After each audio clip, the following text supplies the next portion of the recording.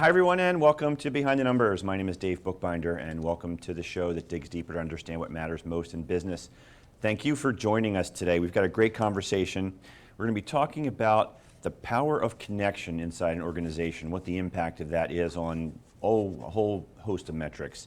And I'm pleased to welcome my guest today, Jason Butler, who is the founder of the Village Mindset Model. He's also the author of the book, The Village Mindset. Jason, welcome to Behind the Numbers. Thanks for having me. It's a pleasure. Before I get into the Village Mindset Model, I want to kind of start off with talking about this sense of belonging, the power of connection in an organization. And I know you've got some science behind it. This isn't just some woo aspirational thing. So why don't we start off by maybe, if you could, share a little bit about the science behind that construct. Yeah, absolutely, right? So, like when we think about human,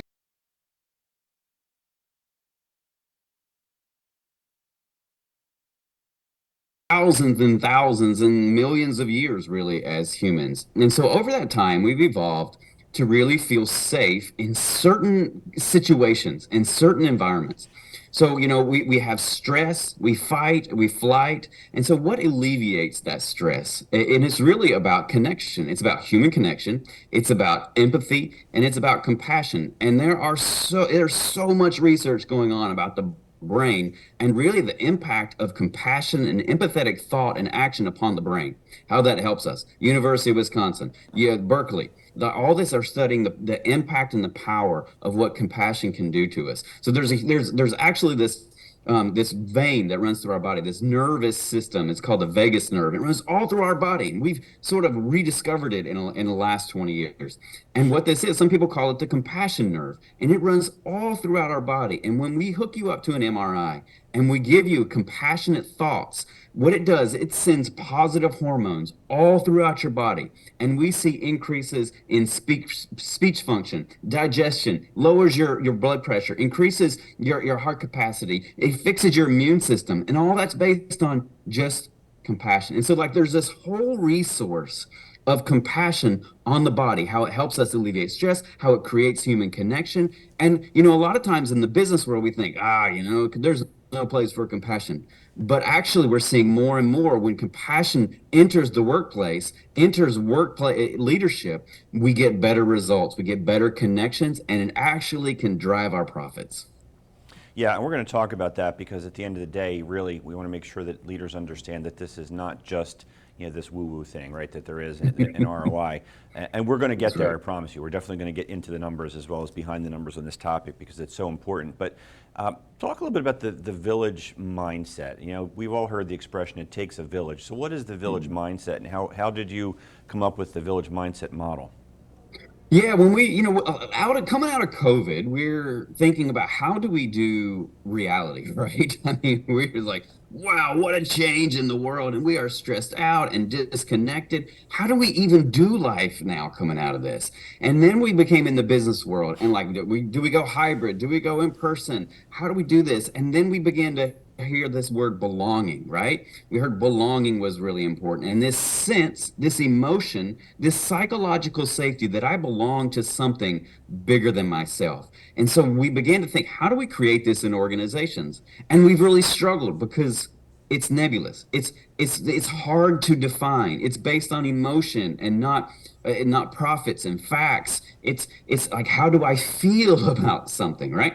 And so I began to think about my experience in dealing with people. I come from a community-based leadership where I deal directly with people over 20 years, how people think, how people act, how people navigate the world in front of them, and how do we get people together to connect in order to collaborate to do something great together. And so when thinking about that, and like, how do we frame this in terms of what we can understand? I kept coming back to this idea of a village, because in a village, we're all seen, known, and valued. And we think about the science of this. Like, we humans evolved in villages. That's the way our brains are wired, to think about how we work in a village. And in a village, everybody has a place. Everybody has a purpose. Everybody has a reason for being there, and everybody's valued. So I was like, wow, this is great. What if we moved and shifted our mindsets from profit over people, which has dominated the 20th century and the first part of the 21st century, into people over profit. And what would that look like? And I kept coming back to this idea: a village is where this happens. A village is where this can work. A village is where this has worked. And so let's get smaller and think about how we can increase connection, belonging, and connectivity among in our organizations and in our world. So really develop this idea of a village mindset.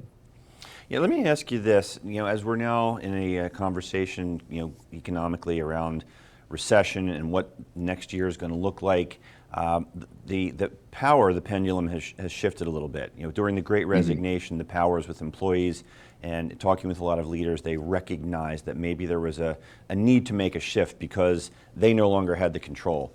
And some of the conversations I'm having nowadays are a little bit more disconcerting in that these leaders are thinking now that maybe because we're in a recession, the job market isn't quite so great, the power has shifted back to them. And they're changing their behaviors. So when you think about that, and as you mentioned before, you need to have the compassion muscle. How do you reconcile the two? Yeah, old habits die hard, right? And so we so easily slip back into those old patterns where we feel most comfortable. I've had so many conversations with leaders, and over the past couple of years, and they bring me and they say, "Hey, what we're doing is not working anymore." And I come in and I say, "Well, let's really think about a servant leadership model or employee empowerment model." And then they say, "Well, that's not going to work." Like, wait a minute. You said what you're doing is not working. I give you solutions on how to work, and you say that's not going to work, right? So it's a really hard thing to get out of our old habits. The book, what got us here won't get us there, but we so rely upon what got us here, and it's really hard to change. I think right now we have an opportunity, and we're going to see the cream come to the top in this conversation about recession. Leaders will have this tendency to fall back into how can we get the most out of our employees? How can we lessen our employee costs? How can we pay our employees less? How can we provide less benefits for them, bring down training, get rid of as much as we can for employee-based structures?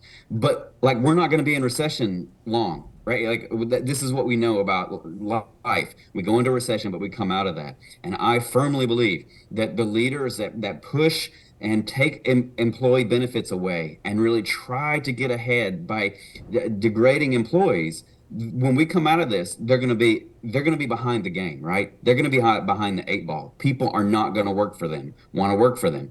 But the best leaders are going to be the ones that say, even though we're in this space, we're still going to value our employees. We're still going to create asset-based models, employee-based models for our people. We're going to help to create great cultures. And yes, we may need to find ways to creatively cut some costs around that, but it won't be from our people. Those are the leaders, when we come out of this, that will be positioned to propel their companies to the next level.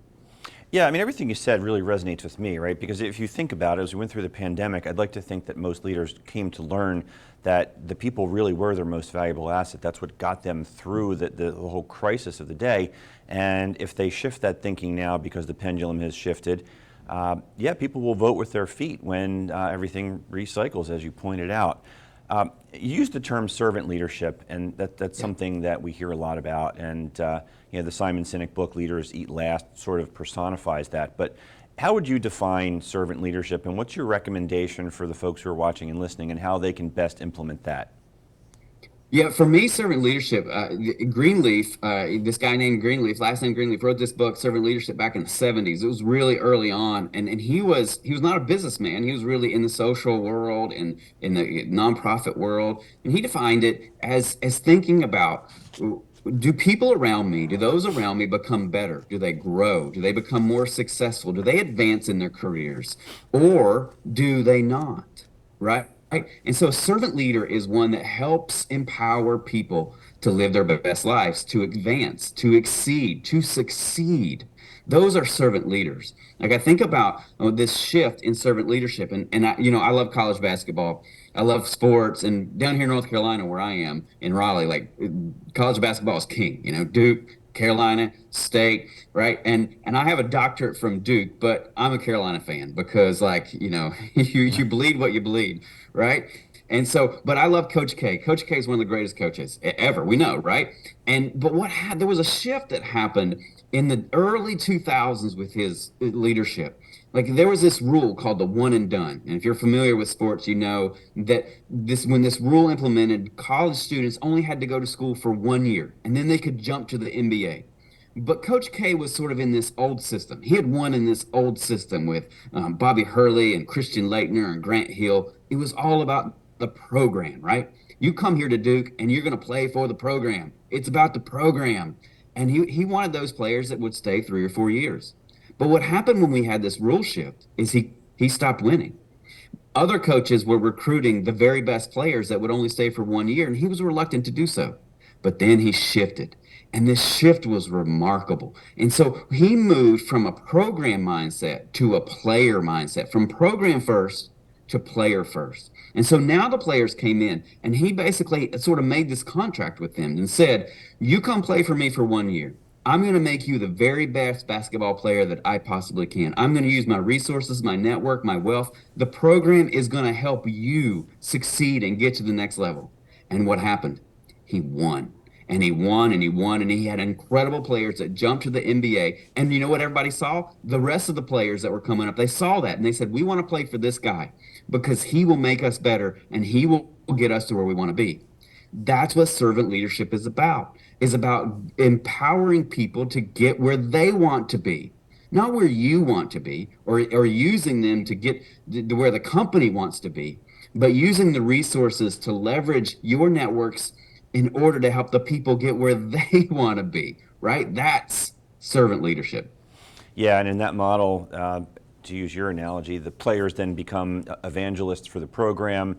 They help in Yes, recruitment, and it all just continues to perpetuate. We're getting that's close right. to commercial here, Jason, but before we go to commercial break, tell folks how they can connect with you if they want to learn more about you or the Village Mindset model. Yeah, absolutely. I'm on LinkedIn. I'm on social media. Best way is through my website, which is the villagemindset.com. Awesome. Jason, you sit tight. You watching and listening, don't go anywhere. We've got to pay a few bills here and behind the numbers, but we'll be right back after this quick break.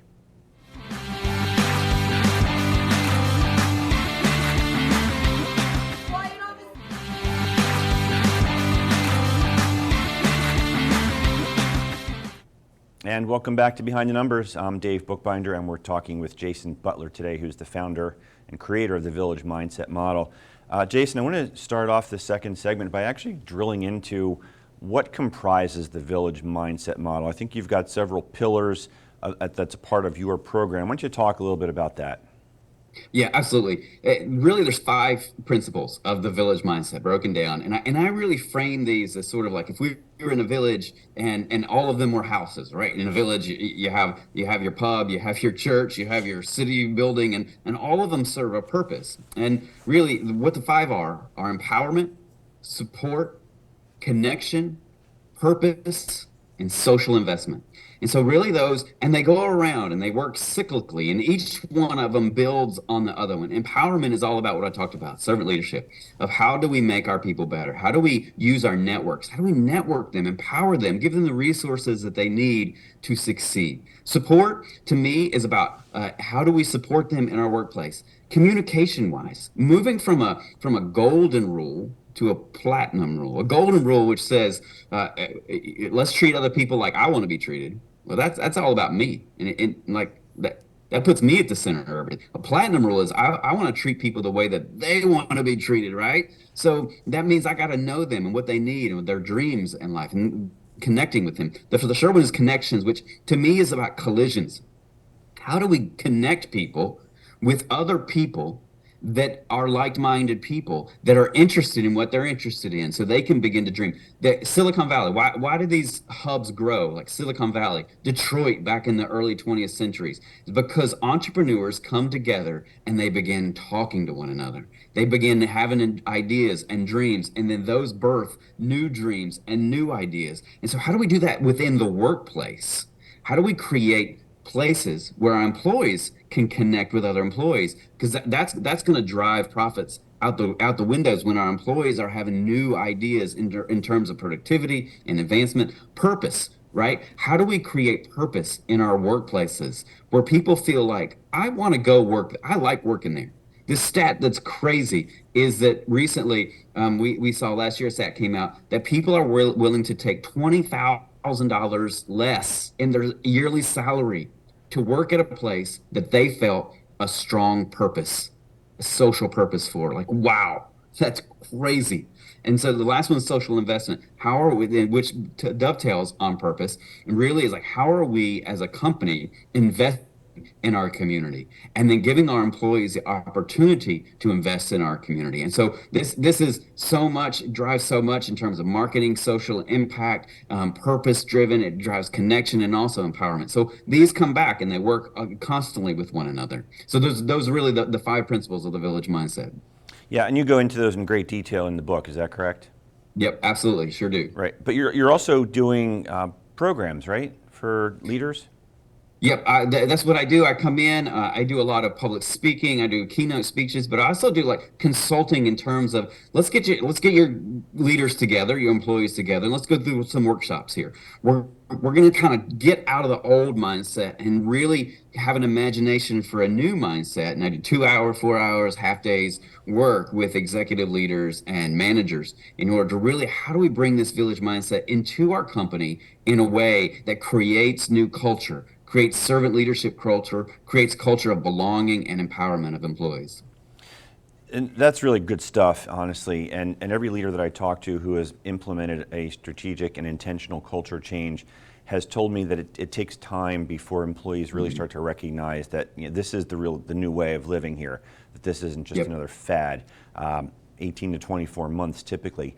Talk a little bit about what your experience has been in implementing the village mindset model inside of these organizations, and maybe overcoming some of the skepticism and maybe the fear that frankly everybody may have as they're embarking on that journey. Yeah, absolutely. Like this can be hard, right? And it is. I've seen varying sort of reluctance or acceptance of the sort of mindset. This is a shift. It's a real change.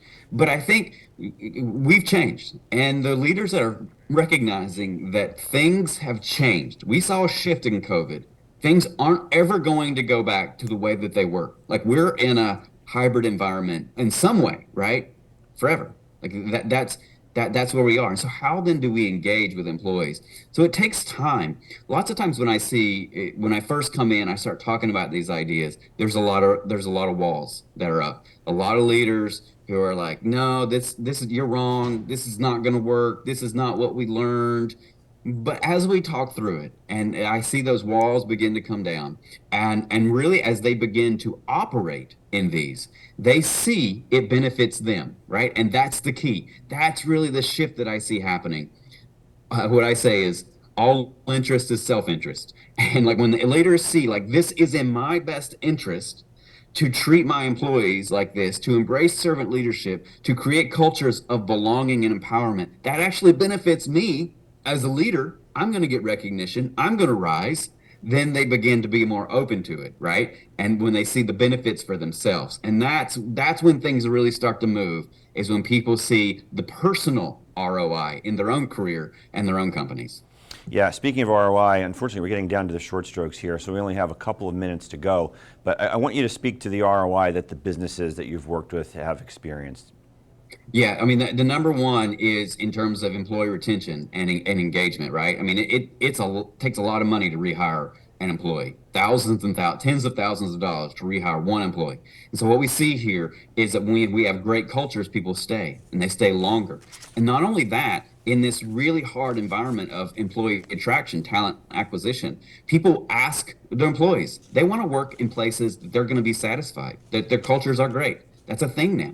And so that we increase our retention, we increase our attraction, but also we increase our productivity because we're creating empowerment. We're training our people. Like, a lot of times I heard this, and this is not mine, but I saw it, this reluctance of saying, well, what if we invest in our employees and they leave?